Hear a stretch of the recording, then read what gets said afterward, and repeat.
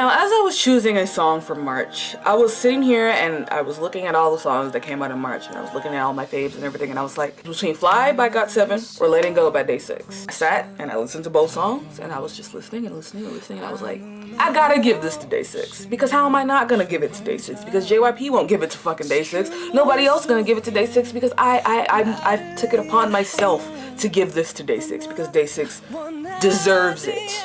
The song is amazing. The song is absolutely amazing. If you don't stand Day6, go do it right now. I'm not, like I say that, I'm gonna say this at the end of almost everything. Like I'm gonna say, go stand this group, go stand this group. I'm serious. Stand Day6, because they don't get enough love. They're one of those groups JYP has that JYP just continues to like ignore them and not give them any attention and not give them what they need. Haven't caught on to it yet. Day6 isn't really your typical K-pop band in the sense that they don't really dance, they don't really do all that, you know, typical K-pop boy band stuff. They're an actual band, like instrument band, and I feel like that's more of a reason to stand, because there aren't that many instrument bands in K-pop, for one, and for two, there aren't many of them that get enough recognition. Like there are some who obviously, like CN Blue, for example, CN Blue, FT Island, Busker even, like they have their fan bases, but I feel like Day6 deserves so much more. Day6 deserves all the more. I mean, what really got me with this song was that I had listened to it before, obviously, because I have a friend, I have multiple friends, but I have a best friend who is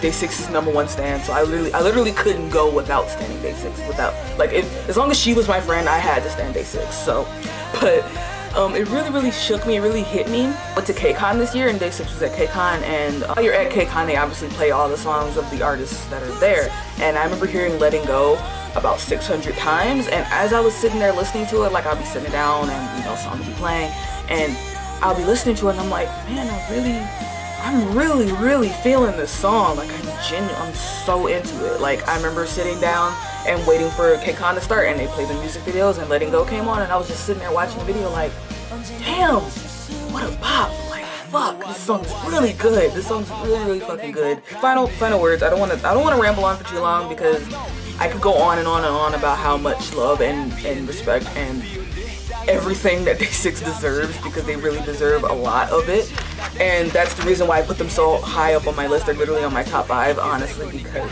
I mean, it's a great song. It's good. Day6 is a great band. It's a great song. They make great music. So if you haven't, you need to. So go watch the music video for Letting Go. Go watch the music video for Congratulations. Go listen to the songs. Go listen to their covers. They have a ton of covers. They're like the fucking cover band of the century. They do a lot of covers, so go watch those. Stay in Day6, because I'm telling you right now, you will not regret it. I'm saying this a lot, but I'm dead serious with Day6. Go stand, please go stand.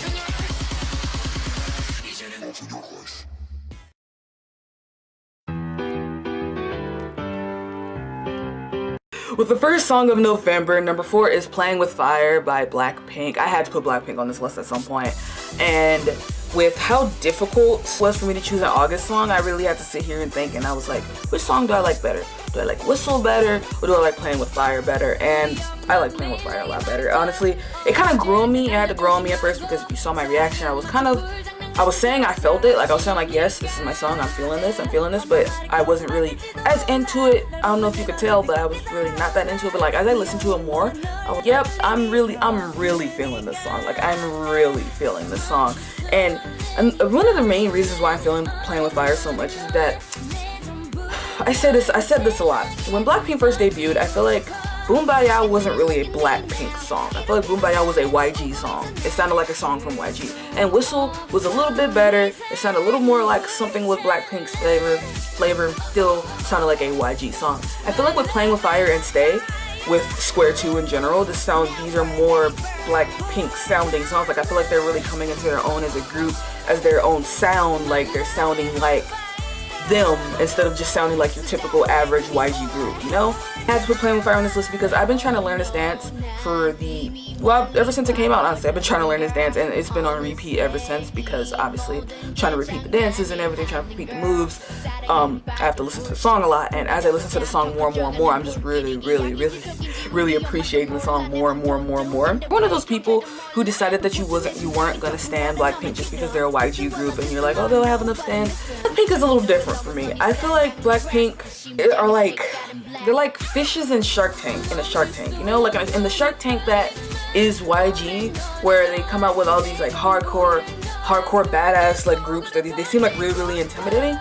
If you watch Blackpink on Weekly Idol, if you watch them on Running Man, like you can tell like these are just 4 girls. They're all really super dorky. They're all so cute and so small and dorky. And Pink, I feel like they're just different. I get this different feel from them, and they don't remind me of a YG group, you know? Playing with Fire, really great song. It's a great dance, honestly, and look forward to my dance cover, Playing with Fire. It'll probably, at this point, it'll probably be coming somewhere in January or February even, because I'm a slow dancer, and there's been a lot going on, but I'll get this dance cover up, so look out for that. But yeah, my number 4, Playing with Fire.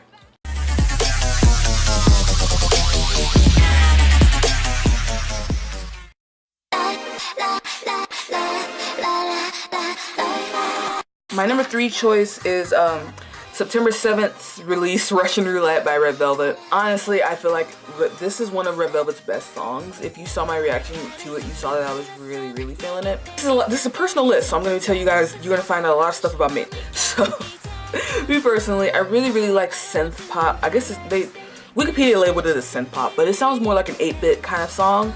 Chiptune-ish, and that's kind of my field. That's like right up my alley. If you can't tell, I'm super duper into like 8-bit and video game kind of sounding things. You could probably see that because, you know, the transitions and everything are kind of like 8-bit-ish and everything. But that's just kind of what I'm into, and Red Velvet did that with this song. Russian Roulette is one of my favorite music videos of this whole year. Like, such a fun music video, like so colorful and bright, and you know, you can it's just really fun. Like, I can't think of any other word to say other than fun, but it's just really fun to watch.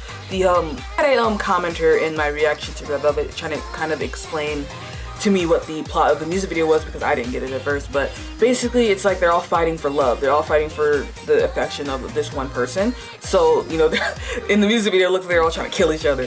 And something about that with the whole itchy and scratchy like animation style that they put in there, it's just really fun to watch. Red Velvet is one of those groups with like paired up with the great dancing and the amazing vocals and the odd music videos, like the Red Velvet trademark, I feel like. And it's a really good thing for them, because if only SM will give them a show maybe or something, so we can get to know Red Velvet a little more. And hell, it'd be really nice to get Red Velvet Showtime, because that'd be great. We don't even have a fucking fandom name. Like, Red Velvet is kind of an underrated group in terms of SM groups, because in how long we don't even have a fandom name, we don't have any TV shows, we don't have any dance practices, we don't even have dance practices for Red Velvet. Come on, SM, why do you hate Red Velvet so much? My number 3 choice, Russian Roulette by Red Velvet.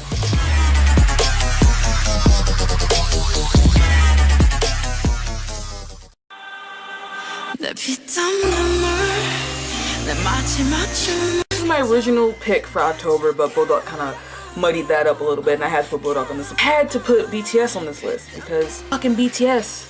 I had to put them on this list at some point. Honestly, BTS came out with so many good songs, so many good albums. They really served us this year. This was the year of BTS, like this album specifically. But I had to put the title song on this list because this is more songs, not albums. If this was albums, Wings would be number 1, bitch. But Blood, Sweat, and Tears is honestly, how do I explain it? Like, the music video, first off, let me just talk about this for a little bit. This era, the Blood, Sweat, and Tears era, has been one of the most sexually charged eras I've ever fucking witnessed with BTS. Like, it's been so, with the lace and the leather and the choking and the blindfolds. As a fan of Hoseok, J-Hope, whatever you want to call him, I'm so proud of him because he has the most lines during the song. Hoseok is really out here, and this was kind of his year as well, because I guess because he had so many lines, everybody was like, okay, who's this Hoseok character? Everyone's looking at him and everything. Admittedly, y'all could have been looked at him, because I mean, he didn't change. He doesn't look any different. He doesn't sound any different. He been out here dancing and rapping and singing for the gods. Like, I don't know what y'all were at, where y'all were at. Blood, Sweat, and Tears, what a great, I don't want to say this is the end of the whole trilogy, or I don't want to say trilogy, but it's like a bunch of music videos that everyone's just been theorizing on, and you guys know, if you fucking know the detective work we didn't have to do for these music videos, for I Need You, Run, Fire, Save Me even, Blood, Sweat, and Tears. Man, what a really great era. This is their style of music. This is their style of music videos. They like to make their fans think, and I appreciate that. I really do. That was my number 2 choice, Blood, Sweat, and Tears. It's been a year, BTS. I'm so proud. I'm so proud. Now before I tell you guys what my number one pick is, I'm gonna go through some of the honorable mentions for this year. There's a lot of them, so bear with me, and honestly, there's probably 100 more songs that I forgot, so take this as you will.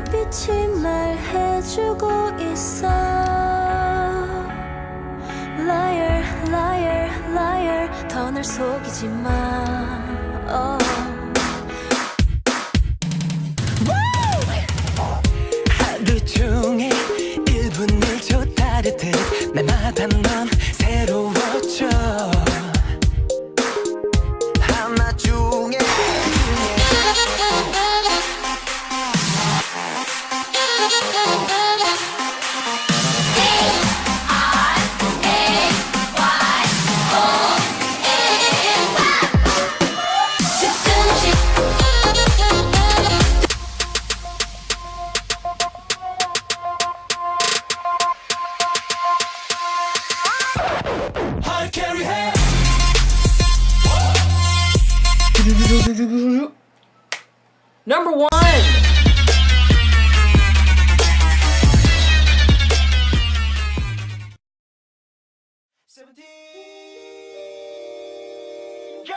Number one song of 2016 is the April 25th release, 17's first comeback this year, Pretty You.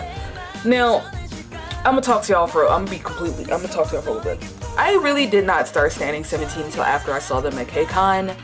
So I really didn't start standing until Aju Nice, around Aju Nice when that came out, because that's when that's literally exactly when I decided, hey, I'm gonna stand 17, and they ended up coming out with the Aju Nice music video, so I was like, yes, we out here. But April was kind of hard because I had to choose between 7 Cents or 17, and this year for me has kind of been the year of 17 and NCT, because those have been like my top two like favorite groups. Like oh god, 17 shook me. 17 shook me to the fucking core. They snatched me so quick, and I have so much respect and I have so much love for this group.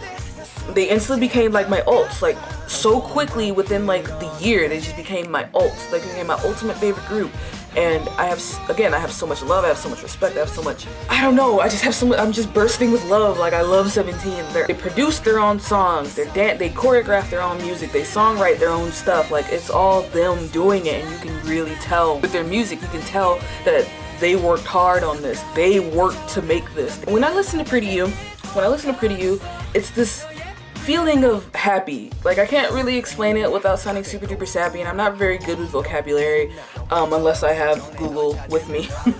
But whenever I listen to Pretty You, I just instantly feel happy. Number one, it reminds me of KCON, because again, like I said when I was talking about Day 6, at KCON they played a lot of the songs of the people who are there, and I heard Pretty You 1,000 times. I also heard it 1,000 times while I was at the audience. There's something about this song that's just, it's so, I can't even explain it. It's so good. Like, it's just so good. When I listen to it, I feel genuinely happy. Like, my spirits immediately lift, and I'm smiling as I'm singing it on. I'm like, go right back in. It's one of those songs where as soon as it comes on, I have to sing it. Aju Nice and Pretty You, I really feel this connection with Pretty You, because Pretty You reminds me of like my summer. It reminds me of going to KCON and meeting my best friends, and going to New York and seeing all these sights that I never thought I would see, like being in New York and like seeing fucking Times Square and going to karaoke and going to all this stuff and doing all this stuff that I never thought I would do. Like, it just reminds me of that. It just reminds me of having a great time. That's what Pretty You reminds me of. It reminds me of being happy,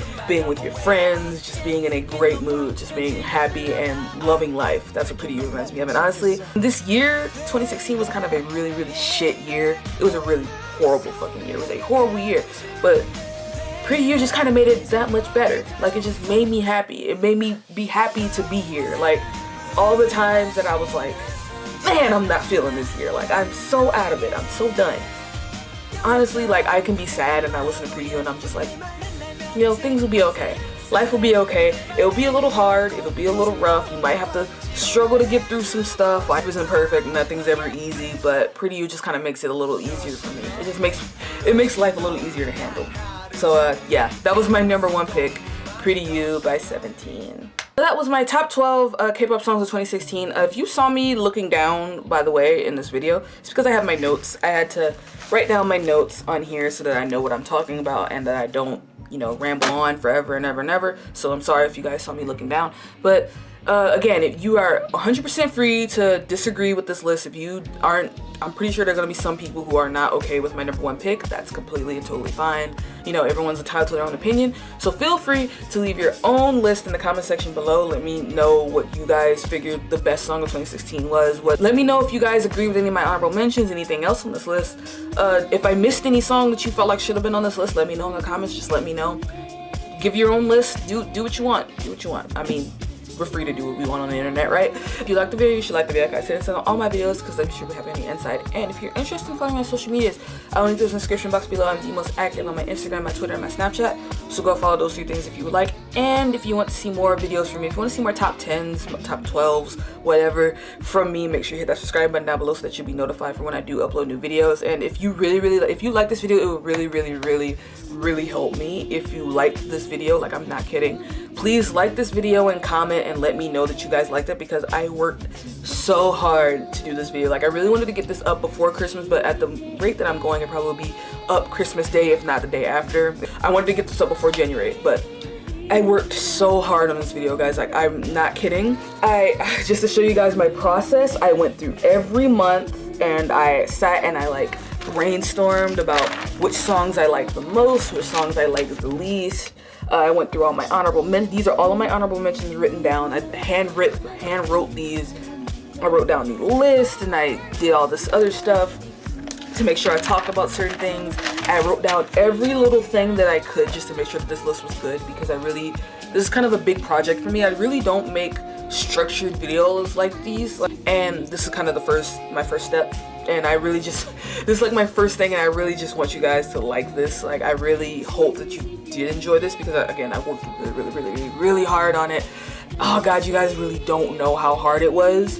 Narrowing down this list to 12 was a pain in the ass. It was an absolute pain in the ass, because I'm sitting here and I'm dead serious. I'm sitting here like, I'm forgetting this group. I want this group on this list. Like, there's so many people that aren't on this list that I really wanted to put on this list. But yeah, again, I would really appreciate it if you let me know in the comments and like the video, and just let me know if you really enjoyed this video, because I would like to make more videos like these. Yeah, again, thank you guys so much for watching this video, and have a Merry Christmas, have a great New Year, and here's my cup.